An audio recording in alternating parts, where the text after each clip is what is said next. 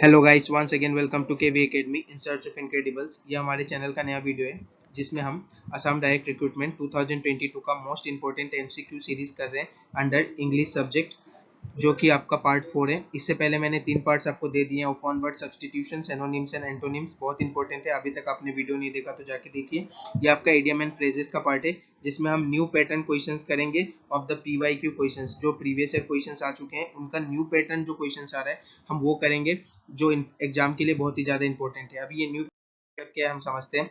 तो बहुत सारे क्वेश्चंस जो है आपके इसके इडियम और फ्रेजेस के, तो ये आपका sentence based direct sentence questions आते हैं, या फिर कुछ क्वेश्चंस इस तरीके के जिनको क्या कर दिया जाता है, आपका एक वर्ड को बोल्ड कर दिया जाता है, उसका इडियम फ्रेजेस पूछा जाता है। आपको सब क्वेश्चंस देखने को मिलेगा। और साथ में एक क्वेश्चन ऐसा है कि सिंपल सेंटेंस में आपका क्या होता है, filling the blanks type question आपको दे दिया जाता है। उसमें आपको फिलिंग द ब्लैंक्स करके इडियम फ्रेजेस पूछ दिया जाता है। तो ये सब क्वेश्चन क्या हो जाता है, आपका थोड़ा टिपिकल हो जाता है। तो ये सब न्यू पैटर्न टाइप क्वेश्चन है। पहले सिर्फ सिंपल आपका डायरेक्ट सेंटेंस बेस्ड क्वेश्चन आता था, पहले आपका डायरेक्ट क्वेश्चन आता था, लेकिन अब जाके क्या हो रहा है कि आपका बोल्ड करके या फिर सेंटेंस के बीच में फिलिंग द ब्लैंक्स घुसा के या फिर उससे ग्रामर रिलेटेड करके थोड़ा सा क्वेश्चन को टिपिकल बनाया जा रहा है। तो हम सारे क्वेश्चंस को करेंगे, आपको कोई प्रॉब्लम नहीं होगा। एग्जाम में जिस तरीके का भी क्वेश्चन आएंगे हम लोग उसे सॉल्व कर सकेंगे। और ये मैक्सिमम वेटेज टॉपिक के अंडर है, जितना मैक्सिमम वेटेज टॉपिक है सब वही क्वेश्चंस आपको करा रहा हूँ। टू स्मेल ए रेट का मतलब क्या है, to see a hidden meaning, to misunderstand, to suspect a trick, या फिर to experience bad smell. To suspect a trick, आपको कुछ मतलब गलत लग रहा है, आपने कुछ गलत सस्पेक्ट कर लिया हो तो क्या होता है, टू स्मेल ए रेट, मतलब आपको कुछ भनक लग गया है, मतलब ठीक है, इसका मीनिंग ये होता है। नेक्स्ट क्वेश्चन की ओर चलते हैं। क्वेश्चन आपका है, his friends beat the boy to pay off old sports. तो to force him to be a scorer in a match, to take revenge because he had not scored well earlier, to refund all dues, so to take a revenge. His friends beat the boy to pay off old scores, पुराना हिसाब किताब बराबर करने के लिए, हम जो हिंदी में कहते हैं। तो पुराना हिसाब किताब बराबर करने का मतलब क्या होता है, उससे रिवेंज ले लेना।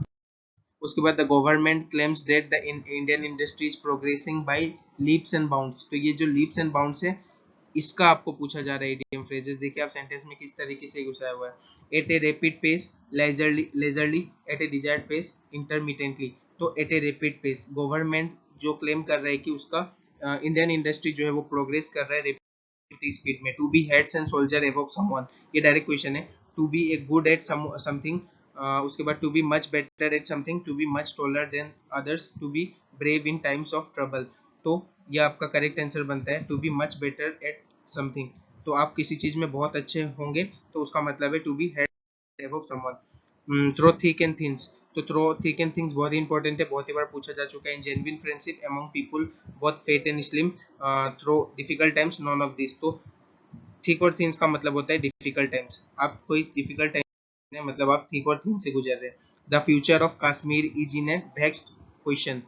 तो ये देखिए आपका बोल्ड टाइप का क्वेश्चन है, जिसमें आपका सेंटेंस के बीच क्वेश्चन को क्या कर दिया जाता है, मतलब जो वर्ड का आपको इडियम या फ्रेज पूछा जाता है उसको बोल्ड कर दिया जाता है। तो ये बोल्ड वाले के अंदर आ जाता है। It is a new pattern type question. None of the given option होगा, या फिर इंपॉर्टेंट, कंफ्यूज्ड, या फिर कंट्रोवर्शियल। तो करेक्ट आंसर इसका जो होगा आपका होगा controversial. The future of Kashmir is still a vexed question का मतलब कंट्रोवर्शियल क्वेश्चन। ठीक है। The personality development class started with an ice breaking session, यहाँ लिखा है। देखिए ये आइस ब्रेकिंग का आपको इडियम फ्रेजेस पूछा जा रहा है। Starting conversation, introducing chief guest, making speeches, having breakfast. तो आपका सबका आइस ब्रेकिंग सेशन हुआ होगा अगर आपने कॉलेज यूनिवर्सिटी में पढ़ा है। आइस ब्रेकिंग सेशन का मतलब होता है कि पहला इंट्रोडक्शन करना और मतलब घुल मिल जाना अपने सीनियर्स के साथ, तो उसी को आइस ब्रेकिंग कहते हैं। जो स्टार्टिंग कन्वर्सेशन हम स्टार्ट करते हैं, कोई भी चीज का स्टार्टिंग कन्वर्सेशन करने को ही आइस ब्रेकिंग कहा जाता है, तो इसे ही कहते हैं।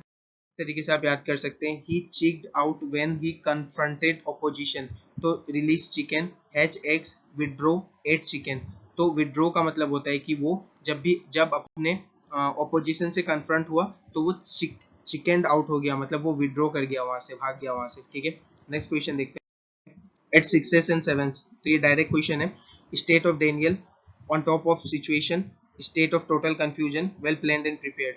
तो एट सिक्सेस एंड सेवेंस का मतलब होता है स्टेट ऑफ टोटल कंफ्यूजन, जो कि पूरा कंफ्यूजन हो उसको ही कहा जाता है सिक्सेस एंड सेवेंस। उसके बाद लाइक चॉक्स एंड चीज, very different from each other, without any blemish, white in colour, something that is very clear.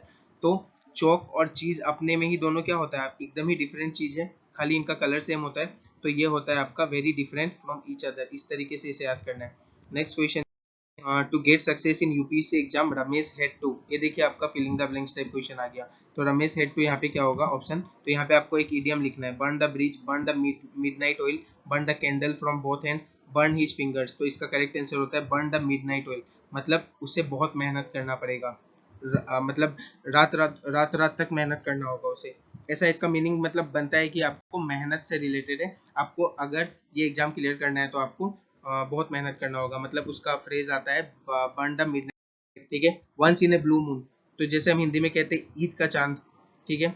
तो वंस इन ए आपका क्या ब्लू मून का मतलब होता है often, rarely, occasionally, romantic moment. तो ईद का चांद क्या होता है आपका, मतलब एक बार ही दिखता है बरसों में, तो आपका ये क्या है, रेयरली, मतलब कभी कभी, इसीलिए आपका ये। तो इस तरीके से हम ऑप्शन के थ्रू भी जा सकते हैं। It is said to see that authorities always wait the days before they start to take any action to solve a dispute.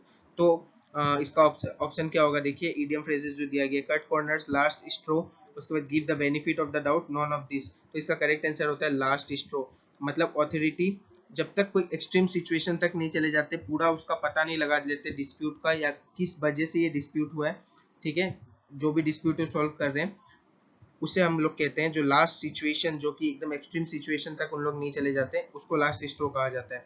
तो सारे कुछ देखने के बाद ही वो रिजल्ट पे आते हैं।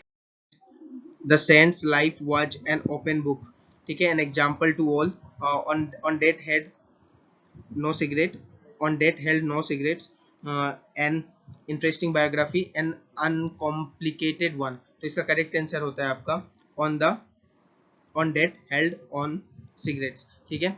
मतलब कि आपका एक खुला किताब, हम लोग कहते हैं ना कि मैं एक खुले किताब जैसा हूँ, मतलब कि आपका जिसका कोई सिगरेट्स ना हो, सबके सामने वो खुला किताब है, जो जो भी है वो देख सकता है आदमी, ठीक है। तो एक सेंट का लाइफ, मतलब एक साधु का लाइफ जो होता है वो एक ओपन बुक की तरह होता है, on date held on no cigarettes, जो कोई सिगरेट्स पे नहीं टिका है, मतलब वो पूरा खुला है, ठीक है। Hold your horses, hold your horses का मतलब होता है be patient, be responsible, be indifferent या बी इनफेरर। तो इसका करेक्ट आंसर होता है बी पेशेंट, पेशेंस रखने को ही कहा जाता है होल्ड योर हॉर्सेस।